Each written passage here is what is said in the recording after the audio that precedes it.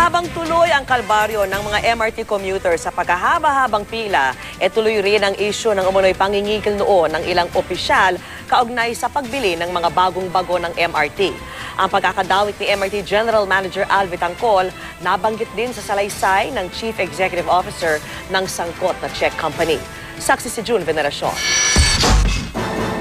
Baka malibing ito sa limot, napakahalaga ng issue. Issue ito ng alleged extortion sa isang proyekto ng MRT. Ito ang pinangangambahang mangyari ni Party List Congressman Nery Colmenares sa akusasyon ng Czech company na Inicon Group na tinangkaraw itong kikila ng $30 million ng grupo ni MRT General Manager Alvi Tangcol para makuha ang kontrata sa pagbili ng mga dagdag na bagon. Bukod sa hindi pirmadong affidavit ni Czech Ambassador Josef Richter, ang whistleblower sa kontrobersya, nabanggitin ang pangalan ni Tangcol sa pirmadong salaysay naman ni Inicon Group CEO Josef Husek na isinumite sa House Committee on Good Government and Public Accountability. Ayon kay Husek, sinabihan daw sila ng isang Wilson de Vera na kailangan nilang mag-advance payment ng $30 million para makuha ng Inicon ang proyekto. Nagulat daw ang grupo ni Husek, hindi raw kasi nila inasahan ang ganong klaseng pagninegosyo. Ang alok daw bumaba pa sa $2.5 million.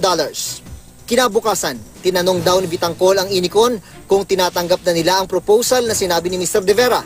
Pero di raw kumagat ang Inicon, kaya ipinarating daw sa kanila mula sa text ng isang Manalo Maralit na galit daw si Tangcol at de Vera at nagbantang di na raw makikipagnegosyo ang MRT sa Inicon.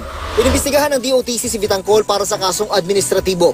Pero dahil wala raw nagreklamo kay Tangcol at wala raw ipinadalang affidavit sina Ambassador Richter at Husek, doon sa investigasyon wala namang, kumbaga walang nagsabi na mayroong nangyaring extortion, kaya wala rin kami basehan upang yun nga, kasuhan siya.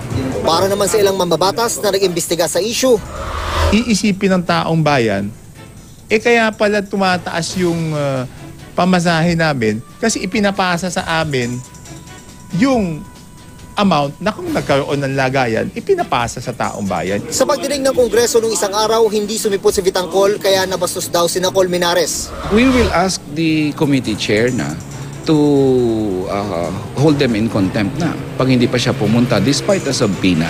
Dati nang sinabi ni Tangcol sa GMA News na sour graping labang ang Inicon at na-clear na raw siya ng DOTC. Patuloy naman ang pag-iimbestiga ng NBI sa kaso. Ang kontrata para sa mga bagong bagon napunta sa Dalian Locomotive and Rolling Stock Company ng China. Pero sa 2016 pa inaasahang makukumpleto ang delivery ng 88 dagdag na bagon ng MRT-3. Kaya habang hinihintay pa ang mga bagong bagon at ang kalinawan sa isyu ng pangingikil, araw-araw pa rin papasanin ng mga commuter ang kalbaryo ng pagpila at paghihintay ng tren. Naku, kailangan lagi maaga umalis sa bahay. Kasi pag hindi, laging late sa work. Umaga pa lang, papasok ka pa lang, pagod ka na pagdating mo sa opisina mo.